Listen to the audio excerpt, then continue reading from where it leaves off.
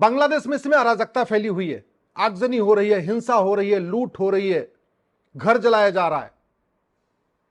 प्रधानमंत्री देश छोड़ के भाग गई है। बांग्लादेश के संस्थापक शेख मुजीबुर रहमान की मूर्ति तोड़ दी गई है।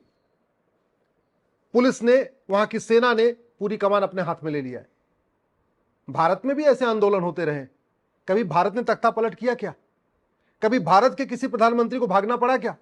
कभी भारत के राष्ट्रपति को भागना पड़ा क्या? कभी भारत के चीफ जस्टिस को भागना पड़ा क्या? नहीं। इसलिए मैं भारत के माननीय सांसदों, विधायकों, मंत्रियों, हाई कोर्ट के जजों और सुप्रीम कोर्ट के जजों से बहुत विनम्रता पूर्वक निवेदन कर रहा हूं कि आप पूरी दुनिया में जो हो रहा है उसको समझिए और उसके हिसाब से भारत के लिए योजना बनाइए। पाकिस्तान भारत का हिस्सा था, 1947 में वो हिंदुस्तान कहलाता था। कितनी बार सेना ने वहां पे तख्ता पलट कर दिया, कितनी वहां पे पॉलिटिकल अनस्टेबिलिटी है, कितनी बार वहां पे सुप्रीम कोर्ट का फैसला पलटा गया, कितना ज्यादा वहां आतंकवाद है, जिहाद है, मजहबी उन्माद है, कितने बड़े पैमाने पे वहां पे हिंदुओं को खत्म किया गया। बांग्लादेश को देख लीजिए, 1947 में बांग्लादेश भी हिंदुस्तान था, ईस्ट बंगाल था, ईस्ट बंगाल बांग्लादेश बन गया, वेस्ट पंजाब जाके पाकिस्तान बन गया। बांग्लादेश की स्थिति आज आप देख लीजिए। गंधार दुर्योधन का ननिहाल अफगानिस्तान भी हिंदू राष्ट्र था। अभी आपने कुछ ही समय पहले देखा था किस तरीके से लोग हवाई जहाज का टायर पकड़ पकड़ के भाग रहे थे। जब वहां पर अराजकता फैली, अशांति फैली, तो राष्ट्रपति छोड़ के भाग गए, आम जनता वहां पिटी, और आज की डेट में अफगानिस्तान में एक आतंकवादी संगठन जिसको तालिबान कहते हैं, उसका राज चल रहा है। भारत में संविधान चल रहा है क्योंकि यहां हिंदू बहुसंख्यक है। भारत में लोकतंत्र है क्योंकि यहां हिंदू बहुसंख्यक है। भारत में राजनीतिक स्थिरता है क्योंकि भारत में हिंदू बहुसंख्यक है। भारत में सबको समान न्याय मिलता है क्योंकि हिंदू बहुसंख्यक है। भारत में सबको समान अवसर मिलता है क्योंकि हिंदू बहुसंख्यक है। भारत के 80% बूथों पे शांति से इलेक्शन हो जाता है क्योंकि भारत में उन बूथों पे हिंदू बहुसंख्यक है। भारत में जहां जहां हिंदू खत्म हुआ है वहां पे पॉलिटिकल बूथों पे हिंसा भी होती है। आप बंगाल में देख लीजिए, कश्मीर में देख लीजिए, बाकी स्थानों पे देख लीजिए। तो ये बहुत सोचने की बात है कि भारत का भविष्य 20-25 साल के बाद क्या होगा। आज की डेट में हम भी बहुत तेजी के साथ उसी रास्ते पे जा रहे हैं जिस रास्ते पे कभी पाकिस्तान में हुआ था और बांग्लादेश में हुआ था। चलो और छोड़ लीजिए, ब्रिटेन में, इंग्लैंड में आगजनी फैली हुई है, फ्रांस में इसके पहले आगजनी फैल चुकी है, यूरोप में पूरी आगजनी फैली हुई है।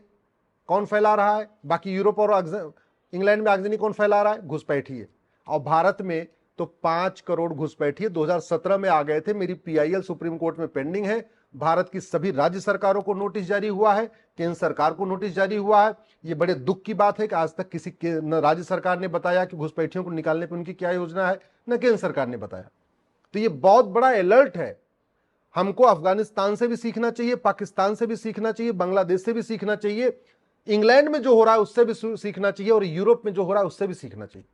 ये भारत में जो कहते ना हिंदू हिंसक होता है, अरे हिंदू हिंसक होता तो आज की डेट में भारत में बहुत कुछ चेंज हो गया होता। हिंदू हिंसक नहीं है, इसीलिए भारत में संविधान है, भारत में कानून है, सुप्रीम कोर्ट जो फैसला देता है वो बाकायदा इंप्लीमेंट हो जाता है, संसद में जो कानून बनते हैं वो भी अडॉप्ट हो जाते हैं। नहीं तो हमने सीए के कानून में देखा हुआ था, एक सीए कानून बना था, कैसे देश में पूरी आगजनी हो गई थी, और आज तक उस सीए के कारण, सीए कानून बनने के बाद भी भारत में रह रहे जितने शरणार्थी थे बेचारे, पाकिस्तान, बांग्लादेश, अफगानिस्तान को नागरिकता आज तक भी सबको नहीं मिल पाई है। समाधान क्या है? मैं बार बार कहता हूं, दल गुलामी छोड़ दीजिए, नेताओं की गुलामी छोड़ दीजिए। नहीं तो जैसे अफगानिस्तान के राष्ट्रपति फुर्र हो गए थे, भाग गए थे जब वहां हिंसा बढ़ी, आज बांग्लादेश की प्रधानमंत्री भी अपना सुरक्षित निकल गई हवाई जहाज लेके, पाकिस्तान में भी मुशर्रफ निकल गए थे अपना हवाई जहाज लेके। जिस दिन भारत में आगजनी बढ़ेगी, भारत में हिंसा बढ़ेगी, तो जिन नेताओं के भरोसे आप बैठे हुए हैं, जिन पॉलिटिकल पार्टियों के आप भरोसे बैठे हुए हैं, जिनकी आप सुबह से लेकर शाम तक जय जयकार कर रहे हैं, ये आपको बचाने के लिए आप नहीं आएंगे, ये सबसे पहले जाएंगे। जैसे बांग्लादेश की जैसे आगजनी बढ़ी, बांग्लादेश के प्रधानमंत्री निकल गई, पाकिस्तान में आगजनी बढ़ी, वहां राष्ट्रपति निकल गए, अफगानिस्तान में आगजनी बढ़ी, वहां के राष्ट्रपति निकल गए। वहां बची कौन मरने के लिए, पिटने के लिए, अत्याचार के लिए बची कौन अत्याचार सहने के लिए? वहां की जनता। तो यही हालत आपके भी साथ होगा। इसलिए मैं आपसे निवेदन कर रहा हूं, दल गुलामी छोड़ दीजिए, पार्टियों की गुलामी छोड़िए, नेताओं की जय जयकार छोड़िए, कठोर कानून की मांग करिए। भारत के 9 राज्यों की डेमोग्राफी बदल चुकी है।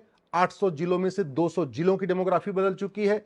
6000 तहसीलों में से 1500 तहसीलों की डेमोग्राफी बदल चुकी है। इसका मतलब यह हुआ 25% राज्यों की डेमोग्राफी, 25% जिलों की और 25% तहसीलों की।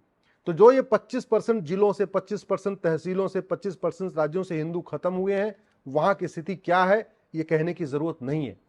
समाधान क्या है? सबसे पहले घुसपैठ के खिलाफ कठोर कानून बनाया जाए, घुसपैठ को राष्ट्र की सुरक्षा के लिए खतरा घोषित किया जाए, घुसपैठ को देश की एकता अखंडता के लिए खतरा घोषित किया जाए, घुसपैठ को देशद्रोह घोषित किया जाए, घुसपैठ को वेजिंग वॉर डिक्लेयर किया जाए, घुसपैठ को ऑर्गेनाइज क्राइम डिक्लेयर किया जाए और घुसपैठियों और उनके मददगारों के खिलाफ एनएसए, यूएपीए, वेजिंग वॉर, देशद्रोह और गैंगस्टर एक्ट लगाया जाए। घुसपैठियों और उनके मददगारों की 100% संपत्ति जब्त किया जाए, उनकी नागरिकता खत्म किया जाए, उनको आजीवन कारावास, फांसी दिया जाए, वो भी फटाफट 1 साल के अंदर।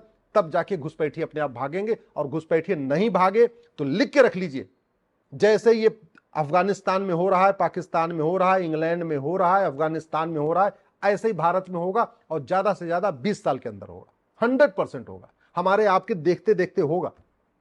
अगर भारत को बचाना है, धर्मांतरण को राष्ट्र की सुरक्षा के लिए खतरा घोषित करिए, धर्मांतरण को देश की एकता अखंडता के लिए खतरा घोषित करिए, धर्मांतरण को देशद्रोह घोषित करिए, धर्मांतरण को वेजिंग वॉर डिक्लेयर करिए, धर्मांतरण को ऑर्गेनाइज क्राइम डिक्लेयर करिए और धर्मांतरण कराने वाले मिशनरियों, जिहादियों और उनके मददगारों के खिलाफ एनएसए लगाइए, यूएपीए लगाइए, वेजिंग वॉर की धारा लगाइए, देशद्रोह की धारा लगाइए, गैंगस्टर एक्ट लगाइए।